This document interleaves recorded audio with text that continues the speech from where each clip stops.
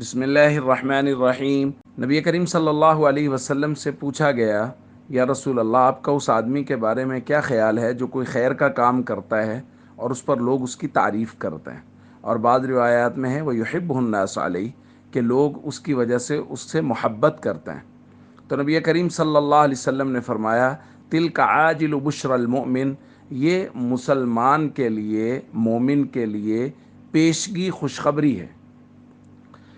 دوستو، صحابہ کرام کی اس امت پر بہت سے احسانات ہیں، اور ان میں سے ایک بہت بڑا احسان یہ ہے کہ صحابہ کرام نے ہماری ضرورت کی تمام تر چیزیں نبی کریم صلی اللہ علیہ وسلم سے پوچھ لیں۔ حضور علیہ الصلاۃ والسلام نے جب یہ بات بیان فرمائی کہ ریاکاری بہت بڑا گناہ ہے، جیسا کہ ہم نے کل کی روایت میں بھی پڑھا تھا، تو صحابہ کرام نے یہ بات پوچھی کہ یا رسول اللہ، کوئی بندہ خیر کا کام کرے اور لوگ اس پر تعریف کریں یا لوگ اس کی وجہ سے اس سے محبت کریں، تو کیا یہ بھی ریاکاری میں آئے گا؟ تو نبی کریم صلی اللہ علیہ وسلم نے ارشاد فرمایا کہ نہیں، یہ تو مومن کو پیش کی خوشخبری ہے کہ اللہ رب العزت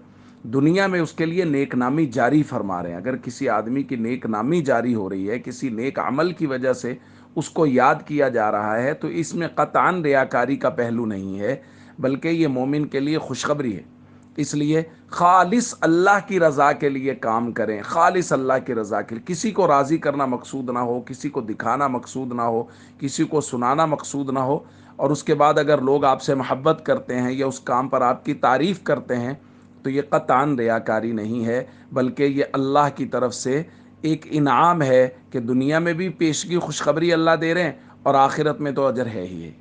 السلام علیکم ورحمۃ اللہ وبرکاتہ۔